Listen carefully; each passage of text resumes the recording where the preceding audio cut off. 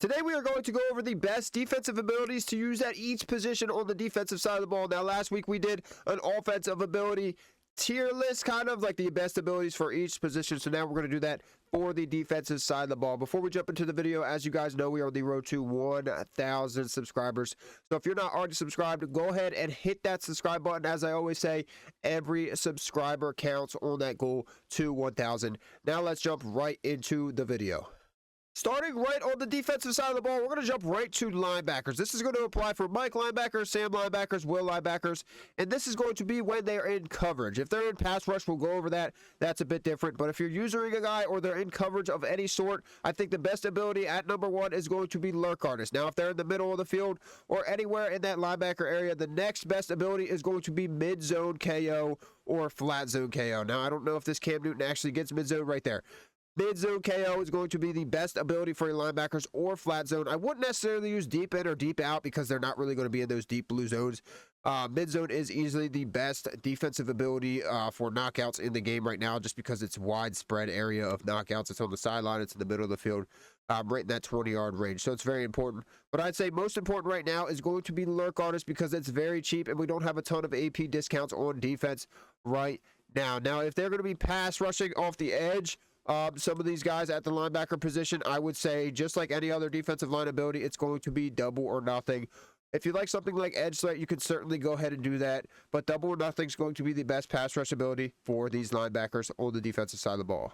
Jumping over to the free safety position. Now, this is going to vary depending on what type of defense you play, but number one for me is always going to be pick artist because it's going to help you catch those interceptions, and turnovers can really change the game. I know some people are off of pick artist this year because it doesn't work like it did in the past, but I still do think pick artist is well worth it, and for 1 AP on this guy like Cole Bishop, it is very worth it. Now, next up, I would go deep out or deep in zone KO on your safeties, or mid zone. You can potentially get away with that if you're dropping them into yellow sometimes, but I'd say deep in or deep out are the most important. Now, another thing with your safeties is going to be just regular deep zone KO, which I actually don't think this guy gets.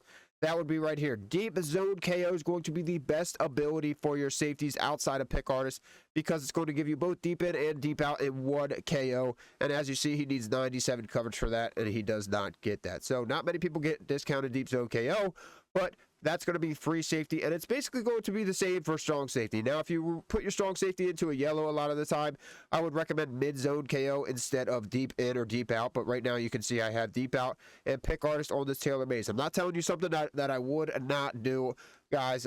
Basically, we don't have a ton of discounts, so I'm not going to be able to run all of these abilities, but again, if you put this guy in a yellow a lot, your free safety or your strong safety, like a hook, curl, or a vert hook, mid-zone KO is going to be better than them deep out or deep end zone KOs, but number one for me is going to be pick artist at the safety position.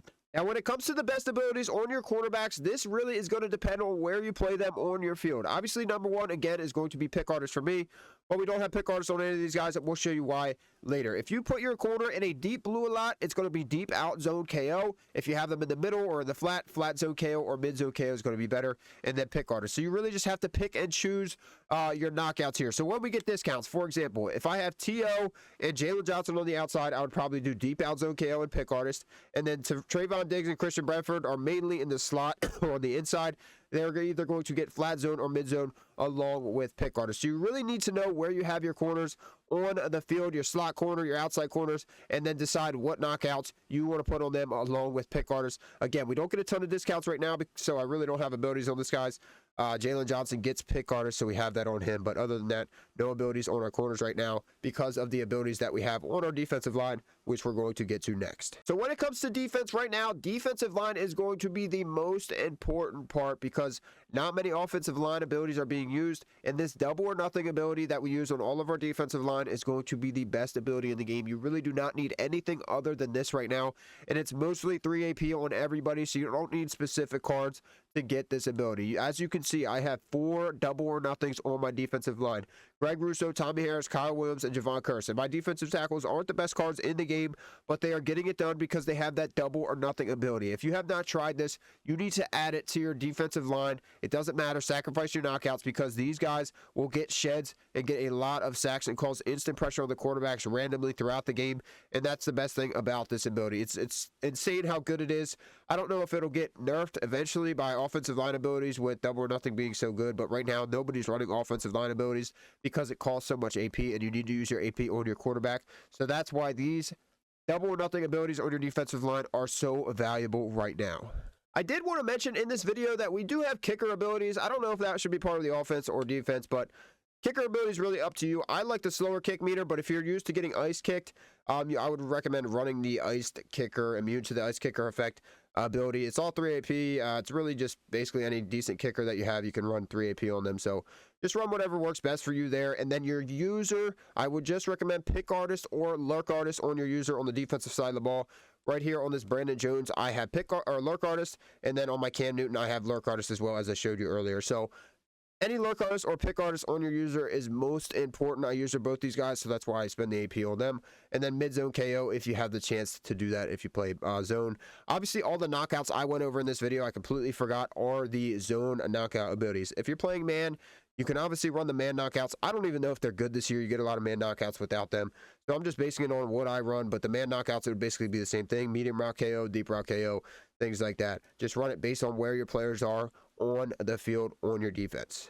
Basically it for the best defensive tier abilities or abilities to use at each position on defense, boys. And we just wanted to show you at the end of this video how you could find technically what abilities your guy has, or if you want a discounted ability, what they have. So if you just go to the catalog and go to upgrades, you can look at their abilities right there. You don't have to buy the card to look at their abilities. I know this is basic stuff, but 3 AP, so they get all these abilities. And then in this first slot, you obviously need to achieve a certain threshold to get the ability. So just check the stats on that. So like this, achieve 98 hit power. He probably doesn't have that, so he's probably not going to get Enforced Supreme. So you just need to double check those on these discounted tier buckets for these guys. Obviously, that's Jeffrey Simmons. You can do that for really any position in the game. Quarterback's probably most important for me.